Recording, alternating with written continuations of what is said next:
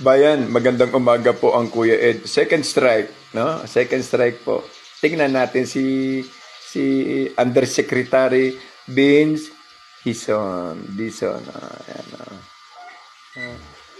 Ayan, galit ako, ha? Sa vlogger na pumunta sa Ilocos. Isipin mo, pinahiya ako. Kaming mga Marcos.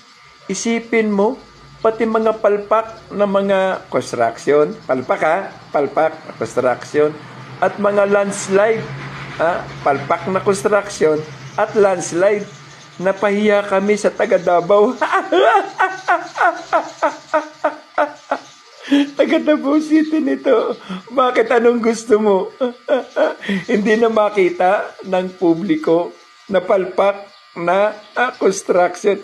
Sa bibig mo mismo galing Marcos, isipin mo, pati mga palpak,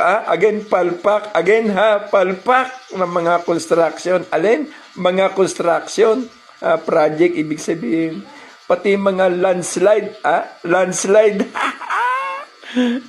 mapapahiya kami dito sa taga Davao. Gago ang putang ina. Yan bang inaaray mo? Buti nga sa'yo, putang ina.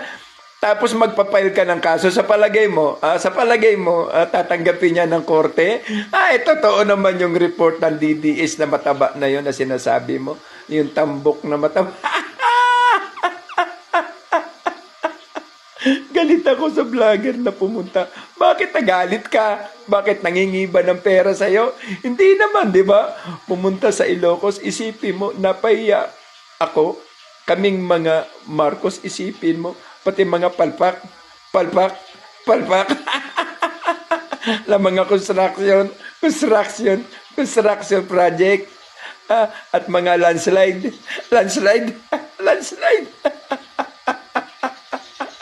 Putang ina bayan. Kung itong mga ito ang yayakapin natin at paniniwalaan natin, putang ina, magdadrugs na din ako. Putang ina. Effective ang kagaguhan, katangahan at animal na ito. Si Vincison, pinsan pa naman ito ni Kadante Marcoleta.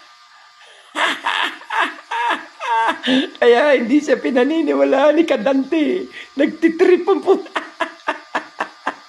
Utang ina bayan. Ano pong masasabi ninyo?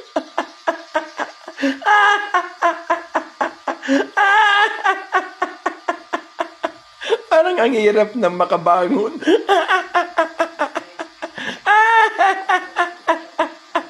Ang hirap naman. Ang isa, overuse, diverticulitis. Nanigas na yung residue, overuse of drug substance or overuse of cocaine. Paano na? Sa mga putang ina nyo. Paano na? Kayo ang gumagawa para mapaikli ang sitwasyon na inyong ginagawa. Nananalig kayo na maluloko nyo ang taong bayan. Ito lang ang masasabi ko sa iyo. Mga putang ina nyo, magtatapos at magtatapos ang araw. Malaki ang inyong pananagutan sa taong bayan.